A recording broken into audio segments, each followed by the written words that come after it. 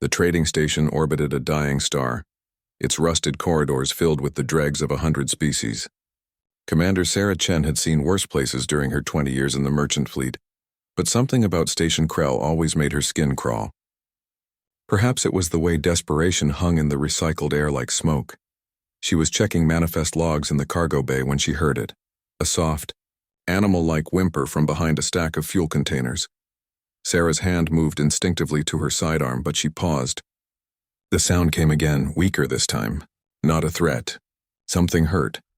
She found the child crouched in the shadows, thin limbs wrapped around a body that seemed too fragile to survive. The alien girl couldn't have been more than 7 in human years, though her species was unknown to Sarah. Pale blue skin stretched over visible bones, and 4 luminous eyes blinked up at her with the wariness of a beaten animal. The girl clutched something in her 3-fingered hands, a half-eaten protein bar wrapper, licking the inside with a long, delicate tongue. "Jesus," Sarah whispered, holstering her weapon. The girl flinched at the movement, scrambling backward until she hit the wall. Her breathing quickened, raspy and wrong. Sarah raised her hand slowly. "It's okay. I'm not going to hurt you." The universal translator on her collar hummed, converting her words into a pattern of soft clicks and tones. The girl's eyes widened, but she didn't run. Sarah glanced at the wrapper in the child's hands. Station garbage, at least 3 days old by the smell. Her jaw tightened. She reached into her jacket pocket slowly, never breaking eye contact. The girl tensed, ready to bolt. But when Sarah pulled out her lunch ration, a sealed pack of synthesized chicken and rice, something shifted in those 4 luminous eyes. "Here," Sarah said, tossing it gently. It landed a meter from the girl. For a long moment, neither moved. Then the child's thin arm shot out, snatching the package. But she didn't tear into it. Instead, she held it to her chest and stared at Sarah with an expression that made the commander's heart ache. Gratitude. Pure, desperate gratitude. "When's the last time someone was kind to you?" Sarah asked softly. The girl's translator collar, a cheap broken thing hanging loose around her neck, sputtered. "Don't remember." Sarah sat down cross-legged on the cold deck, making herself smaller, less threatening. "What's your name?" "Zixna." The word came out hesitant, as if she'd almost forgotten. "I'm Sarah. You live here on the station?" Zixna nodded slowly, finally opening the ration pack. But she didn't devour it like a starving animal. Instead, she ate with careful, precise movements, old etiquette breaking through desperation. The way she held the spoon, the angle of her head, Sarah's eyes narrowed. She'd seen enough species to recognize nobility when she saw it, even buried under layers of grime and starvation. "Zixna," she said carefully, "what happened to your family?" The girl's 4 eyes dimmed. "Dead. War came. I escaped. Alone." "How long have you been here?" 2 cycles. Nearly 6 months in human time, 6 months of eating garbage, 6 months of hiding like vermin, and no one had helped her. Sarah felt anger rising in her chest, not at the girl, but at every being who had walked past this child and seen nothing worth saving. "You're coming with me," Sarah said, standing.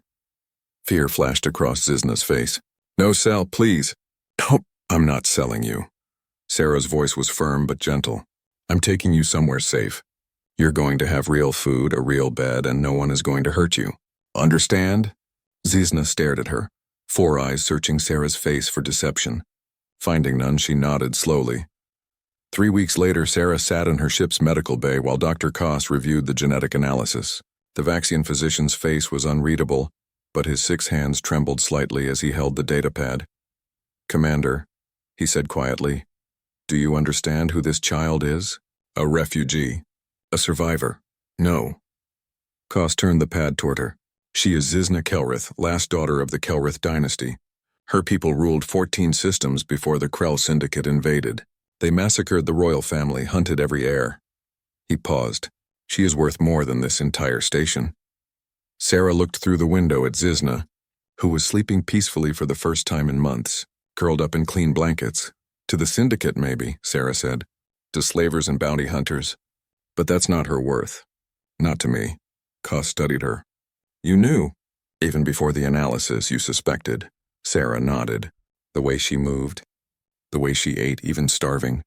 "You can't hide royal blood, Doctor. It's in every gesture." She met his gaze. But here's the thing.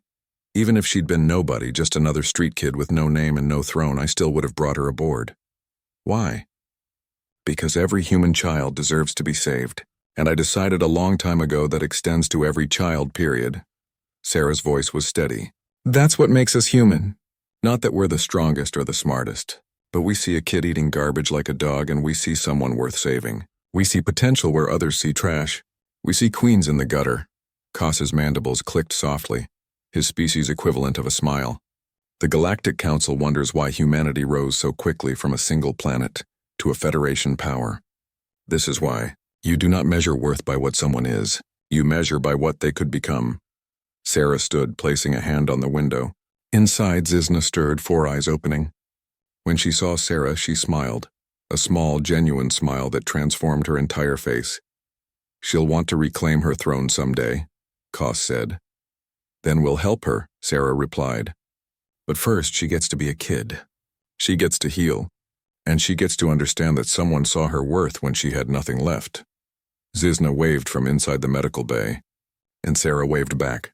Sometimes, Sarah thought, humanity's greatest weapon wasn't their technology or their tactics.